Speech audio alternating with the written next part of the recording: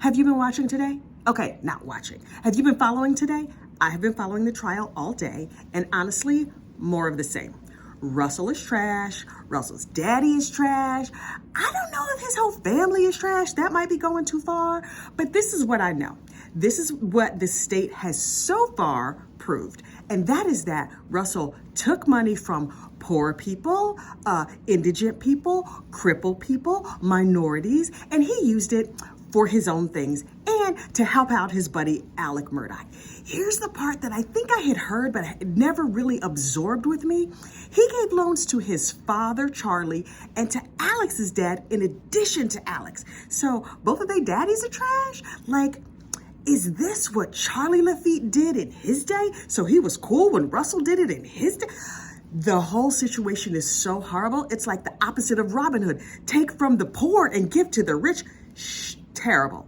Don't you just go like directly to hell with gasoline draws on for doing stuff like that? That is horrible. Here's the other thing. They had all these like FDIC people. First of all, Russell's entire family tree has now testified. Thanksgiving is going to be very, very tense, and the trial is going to go to next week. Looks like it's going to run right up to Thanksgiving.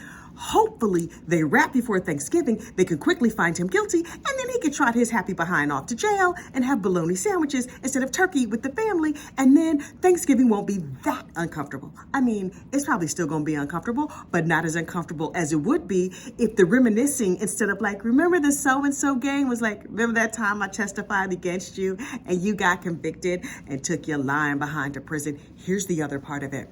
Russell's attorneys have tried to make it look like, oh me, oh my, this was all Alex Murdaugh's idea, and poor Russell just got caught up. Well, today, this afternoon, the state proved that this was all Russell's idea.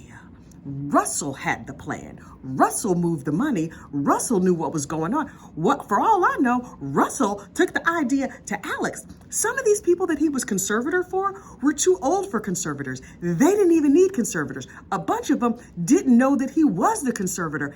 Here's the crazy part. A lot of these people had no idea they had been cheated out of money. And this all happened like 10 years ago. So can you imagine? You get your settlement a decade ago and you buy yourself a car, house, or whatever. You're going with your married life, going back, work at the post office or down at the corner store, wherever you're working. And then this story breaks in the news. You're like, wait, what? There's also another couple $1 million coming to me. So that is a lovely windfall, especially in a down economy. But they never should have stole that money in the first place. Russell is rightly in a double wide. Not that there's anything wrong being in a double wide, but he was in a mansion before while the people he was stealing from were living in their cars and living in double wides and trying to make ends meet.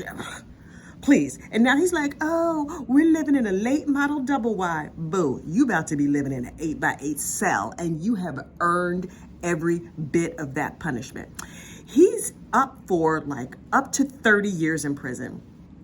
I don't know that he's going to get 30 years in prison. He deserves 30 years in prison. He deserves 100 years in prison. But this is a financial crime. So 20 years? What is Russell in his 50s? He could be in his 70s when he gets out. His rich family will still support him. His crooked daddy will be dead by then, but more to come. I'll be watching tomorrow. Oh, wait. Yeah, the trial goes on for the rest of this week, and then next week into Thanksgiving week, no trial on Thursday. They're back in court on Friday. Today is Tuesday, so we have more tomorrow. I'll report back then. Bye.